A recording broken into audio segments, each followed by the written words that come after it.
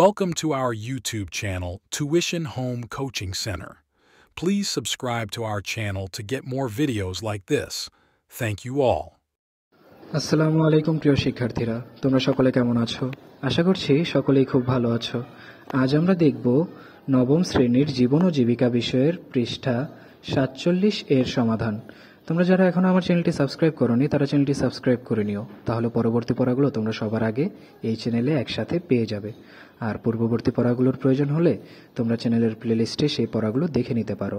তোমাদের জন্য প্রতিটি পৃষ্ঠার সমাধান পৃষ্ঠা বাই পৃষ্ঠা করে দেয়া আছে, তোমরা সেই ভিডিওগুলো দেখে অ্যান্সারগুলো লিখে নিতে পারো। তাহলে চলো শুরু করা যাক আমাদের আজকের পড়াটি।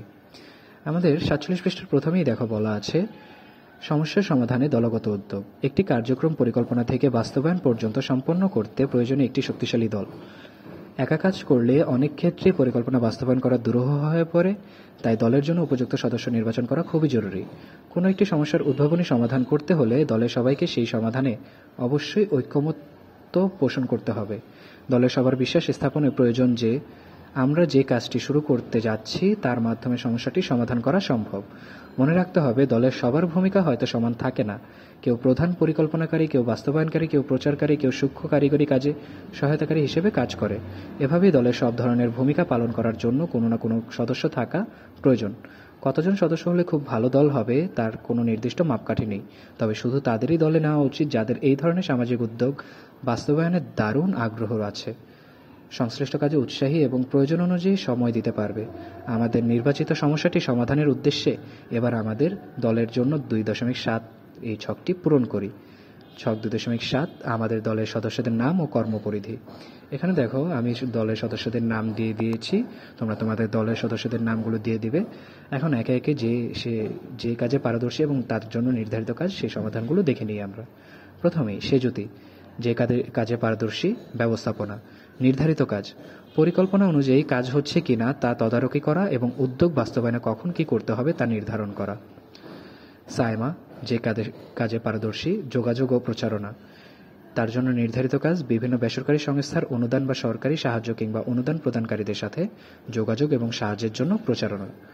এরপর রাফিয়া, যে কাজে পারদর্শী। হিসাব নিকাশ, নির্ধারিত কাজ, কোন জায়গায় কত টাকা খরচ হতে পারে বাজেট তৈরি করা সহ উদ্যোগ বাস্তবায়নের অর্থ বরাদ্দ হিসাব করা। তিশা, যে কাজে পারদর্শী। শিক্ষা কার্যক্রম পরিচালনা, নির্ধারিত কাজ, শিক্ষার্থীদের ভালো দক্ষতা সম্পন্ন শিক্ষক দিয়ে পাঠদান নিশ্চিত করা এবং পাঠদানের জন্য প্রয়োজনীয় উপকরণসমূহ এর ব্যবস্থা গ্রহণ। এরপর সাবিনা, লজিস্টিক্স সাপোর্ট, এই কাজে সে পারদর্শী। নির্ধারিত কাজ, উদ্যোগ বাস্তবায়নে প্রয়োজনীয় উপকরণাদির ব্যবস্থা করা এবং সঠিক ব্যবহার নিশ্চিত করা। এরপর আমরা দেখব 47 পৃষ্ঠার বাকি নিচের সমাধানটি। এখানে দেখো বলা রয়েছে সমাজের বা দেশের আর কোন কোন ব্যক্তি বা সংস্থা আমাদের উদ্ভাবনীমূলক এই কাজে সমর্থন ও সহায়তা করতে পারে তাদের খুঁজে বের করতে হবে। যেমন সরকারি, বেসরকারি সংস্থা, এনজিও, ব্যাংক, শিক্ষা প্রতিষ্ঠান, ধর্মীয় প্রতিষ্ঠান, ব্যক্তি ও বিভিন্ন পেশাজীবী সংগঠন।